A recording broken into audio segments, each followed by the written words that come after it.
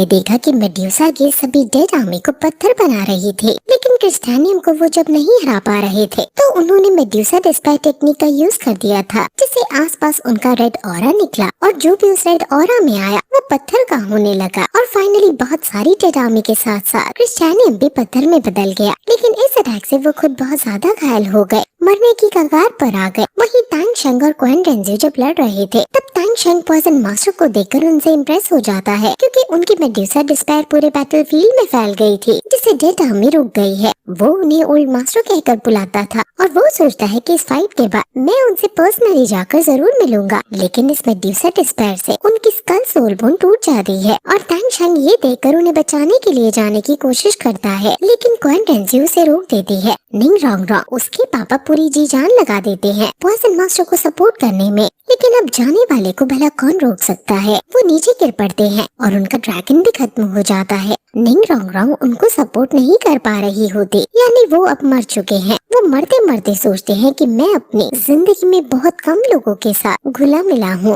इसका पहला रीजन ये है कि सभी में मैं पॉइजन डॉलू मास्टर के नाम से हर जगह बहुत फेमस हो, जिससे लोग मुझसे डरते हैं। और दूसरा रीजन ये है कि मुझे अकेले रहना पसंद है, मैं लोगों के साथ ज्यादा बातें नहीं पसंद करता। लेकिन आज की बैटल तुम सब लोगों के साथ लड़ना मेरा सौभाग्य है। सभी लोग मरे हुए पॉइजन मास्टर के चारों तरफ आ जाते हैं और उनके लिए दुखी होने लगते हैं, क्योंकि अपनी लाइफ के बदले उन्होंने मेड्यूसा डिस्पेयर का यूज किया और हम सभी को बचाया। मार्शल सोल हॉल के हेड फ्लेमेंस भी उनको इसके लिए सैल्यूट करते हैं कि वो सच में पॉइजन मास्टर कहलाने के हकदार हैं। वहीं तांग शेंग और क्वेन रेंज्यू जब लड़ रहे हैं तो तभी राक्षसा इनहेरिटेंस गेट ओपन होता है और बीबी डोंग तांग शेंग के पीछे आ जाती है और जल्दी से अपना सबसे खतरनाक हथियार तांग शेंग को पीछे से मार देती है, जो तांग शेंग के आर पार हो जाता है। ये देखकर सभी तांग शेंग चिल्लाते हैं, लेकिन ये हथियार तांग शेंग के बदन को छल्ली कर चुका है। बीबी डोंग राक्षसा गॉड बन चुकी है और वो तांग शेंग से कहती है कि मैं नहीं जानती थी कि पॉइजन मास्टर का मरना तुम्हारे लिए इतना दुखदायक हो सकता है कि तुम्हारा दिल इतना भारी हो जाए कि तुम अपना डिफेंस भी भूल बैठो।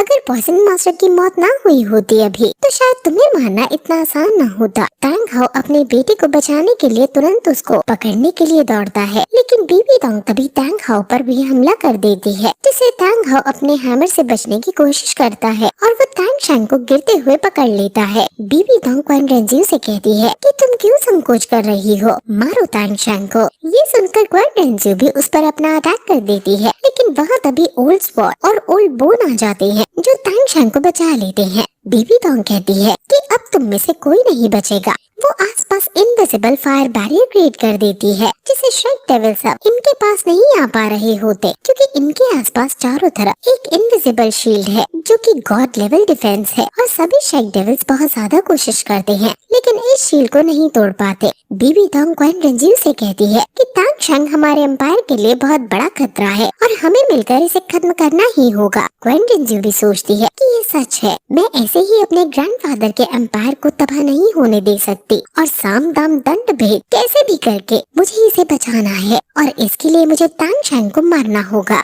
इसलिए मैं तुम्हारे साथ तियांतो एम्पायर को खत्म करने में तुम्हारी मदद करूंगी और इससे मेरी तांग शेंग के खिलाफ जो ग्रजेस है वो भी खत्म हो जाएंगे। ओल्ड स्वॉर्ड क्वेन रेंज्यू से लड़ने की कोशिश करता है, लेकिन भला उसकी मार्शल स्वॉर्ड एक गॉड को क्या ही नुकसान पहुंचाएगा। ओल्ड बोन बीबी डोंग पर हमला कर देता है, लेकिन उसे भी बीबी डोंग के हाथों मुंह खानी पड़ती है। बीबी डोंग अपने ओपोनेंट पर घातक हमला कर रही है, लेकिन क्वेन रेंज्यू से डिफेंस कर रही है और उन्हें थोड़ा बहुत साइड हटा रही है। तांग शेंग की सोल अभी भी थोड़ी सी बची है और इन्हें जल्द से जल्द तांग शेंग को यहाँ से दूर ले जाना होगा। और तांग शेंग मरती हुई हालत में कंबाइंड 13 गोल्डन वेपन स्किल का यूज करता है और उसके अटैक को सीधा क्वेन रेंज्यू पर छोड़ देता है, जिससे क्वेन रेंज्यू का एक हाथ कट जाता है और इतने में ओल्ड बोन और ओल्ड स्वॉर्ड को मौका मिल जाता है और वो तुरंत अपना सबसे पावरफुल अटैक, जिसका नाम breath of heaven and earth है, उसका यूज करते हैं और गॉड बैरियर में लगा देते हैं। बाहर से सभी शेड डेविल्स भी उसी गॉड बैरियर के उसी पॉइंट पर अपनी पूरी पार लगाते हैं, जिससे कुछ सेकंड के लिए गॉड बैरियर के अंदर एक पोर्टल क्रिएट हो जाता है और तांग हाओ तुरंत तांग शेंग को उस पोर्टल में से होकर बाहर निकल जाते हैं। अब फाइनली तांगशांग अपने पिता के साथ बाहर आ गया है, लेकिन ओल्ड स्वॉर्ड और ओल्ड बोन अंदर ही रह गए हैं और उन्होंने अभी क्वान रेंजियो की आंखों में धूल झोंकी है और इतना ज्यादा घायल करवाया है।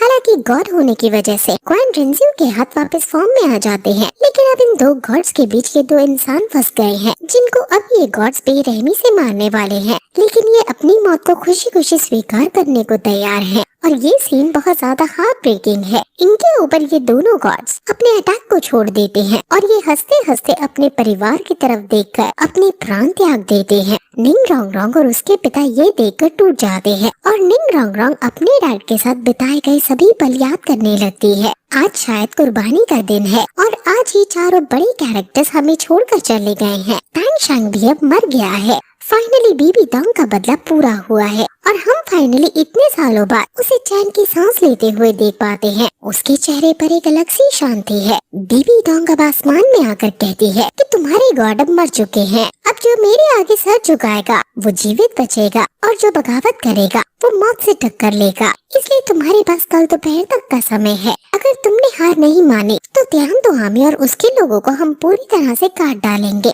सभी काफी ज्यादा दुखी हैं और वो तांगशांग की लाश के पास खड़े हैं। सभी शायद डेविल्स रो रहे हैं और जीवू इतने सदमे में है कि उसकी आंखों से एक आंसू तक नहीं आ रहा। वहीं बीबी डोंग अब क्वान रेंजियो से अकेले में बात करती है और कहती है कि तांगशांग मारा जा चुका है, लेकिन ध्यान दो आमी हार नहीं मानेगी, तो क्यों न तुम एक बार और मेरे साथ हाथ मिलाकर मेरी मदद करो। क्वान रेंजियो कहती है कि तुम्हारे साथ हाथ मिलाओ, तुम बहुत ही ज्यादा मतलबी हो, सिर्फ मुझे कंट्रोल करके मेरा फायदा उठाना चाहती हो। बीबी डोंग कहती है कि अगर मैं मतलबी होती तो मैं हेड क्लेमेंट्स के आगे उनसे प्रॉमिस ना करती कि युद्ध में जीतने के बाद खुद अपनी गद्दी क्वान रेंजियो को दे दूंगी। क्वान रेंजियो कहती है कि मुझे तुम्हारे प्रॉमिसेस पर बिल्कुल भरोसा नहीं है, क्योंकि ये सब सिर्फ तुम्हारी टैक्टिक्स है अपने गोल तक पहुंचने के। हमेशा तुम ऐसी ही रही हो। ये सुनकर बीबी डोंग को गुस्सा आ जाता है और वो क्वान रेंजियो का गला पकड़ लेती है और कहती है कि मैं तुम्हारी माँ हूँ, खून का रिश्ता बहुत गहरा होता है और तुम ऐसे मुझे नहीं ठुकरा सकती। जिस पर क्वान रेंजियो कहती है कि तुम मत भूलो, तुम कभी से मेरी माँ नहीं थी। ये सुनकर वो गुस्से में क्वान रेंजियो को दूर कर देती है और क्वान रेंजियो वहाँ से चली जाती है। वहीं अगले दिन सुबह हम श्रेड डेविल्स और अंकल निंग को बात करते हुए देखते हैं और हमें पता चलता है कि वो मरे हुए को जिंदा करने की बात कर रहे हैं। असल में एक कहावत लोक कहानी यहाँ प्रचलित है कि मरे हुए को जिंदा किया जा सकता है। प्राचीन समय में दो support type Feng how Dolo masters थे जो ट्रीटमेंट में बेस्ट थे और वो कल्टिवेट करते करते ह्यूमन रियलम से निकलकर गॉड रियलम में पहुंच गए। गॉड बनने के बाद वो गार्डियन स्पिरिट बन गए क्योंकि उनका माइंड सेम था और उन्होंने गार्डियन स्पिरिट यूनिफिकेशन टेक्निक को प्रैक्टिस किया था जिससे वो मरे हुए को जिंदा कर सकते हैं। अब ऑस्कर और निंग रोंग रोंग बताते हैं कि उनके पास भी अभी कुछ समय पहले दो गॉड्स का ऑफर आया था कि वो इन्हें अपने इनहेरिटेंस में टेस्ट देने देंगे और वो समझ जाते हैं कि वो दोनों वही गॉड्स हैं जिनकी अंकल निंग बात कर रहे हैं। ऑस्कर और निंग रोंग रोंग भी सपोर्ट टाइप सोल मास्टर्स हैं और इन्होंने भी गार्डियन स्पिरिट यूनिफिकेशन टेक्निक को सीखा है। ग्रैंड मास्टर बताते हैं कि गार्डियन स्पिरिट यूनिफिकेशन टेक्निक को यूज करने के लिए दोनों गार्डियन स्पिरिट्स को परफेक्टली आसपास में कंपैटिबल होना होता है और वो दोनों एंशिएंट सपोर्ट टाइप्स मास्टर्स आसपास में कंपैटिबल हो पाए थे और मर्जिंग अचीव कर पाए थे। अब ये दोनों भी तांगशांग को रीसेलेक्ट करने का डिसाइड करते हैं और कहते हैं कि गॉड को रीसेलेक्ट करना ह्यूमन को रीसेलेक्ट करने से कई हद तक मुश्किल है, लेकिन वो इसे जरूर ट्राई करेंगे। निंग रोंग रोंग और ऑस्कर साथ मिलकर अब इस प्रोसेस को शुरू कर देते हैं और उनके ऊपर उनकी टाइप के गॉड अवतार भी आ जाते हैं जो इसमें उनकी मदद करने लगते हैं और तांगशांग को रीसेलेक्ट करने लगते हैं। और अब फाइनली वो गार्डियन स्पिरिट यूनिफिकेशन टेक्निक को यूज करते हैं और रीसेलेक्शन लाइट को उनके ऊपर छोड़ते हैं और बाकी शेक डेविल्स इनको साइड से सोल पार के टर्म्स में सपोर्ट करते हैं। और फिर अचानक से तांगशांग की आँख खुलती है, लेकिन वो अपने आप को कहीं और जगह पाता है और उसके सामने असुरा गॉड मौजूद है। और फिर ये एपिसोड यही खत्म हो जाता है।